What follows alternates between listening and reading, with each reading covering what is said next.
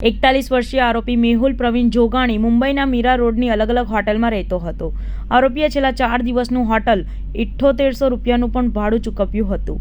આરોપીએ વેપારીઓ પાસેથી કાપડ લઈને તેને બારોબાર વેચી મુંબઈ મીરા રોડ પર ઓસ્વા ઓર્ચિડ બિલ્ડિંગમાં જાન્યુઆરી 2023માં 56 લાખનો ફ્લેટ ખરીદ્યો હતો.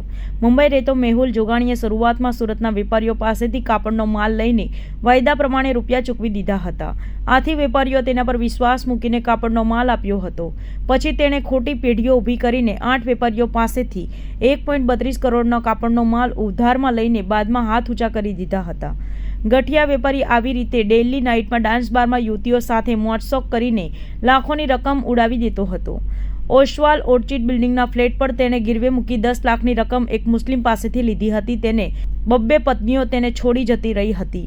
આવા ધંધાને કારણે મેહુલને પિતાએ પણ ઘરમાંથી કાઢી મૂક્યો હતો. હાલમાં મેહુલની સામે ચીટિંગના સલાબતપુરામાં 2 અને પાંડેસરા પોલીસ સ્ટેશનમાં 1 ગુનો દાખલ થયો છે. હજુ ચીટિંગનો આંકડો વધવાની શક્યતા છે. 20થી વધુ ગર્લફ્રેન્ડ ગોવા ફરવા લઈ જતો હતો. પોલીસે જણાવ્યું હતું કે મેહુલની મુંબઈમાં અલગ અલગ ડાન્સ બારમાં 20થી 25 ગર્લ્સ ફ્રેન્ડ હતી, જેની પાછળ તેને લાખોની રકમ ઉડાવી દીધી હતી. ખાસ કરીને તે ગર્લ્સ ફ્રેન્ડને મુંબઈ અને ગોવા ફરવા લઈ જતો હતો. ઉલ્લેખનીય છે કે પોલીસે 1.32 કરોડ રૂપિયાના ચીટિંગના આ ગુનામાં અગાઉ 4 આરોપીની ધરપકડ કરી છે.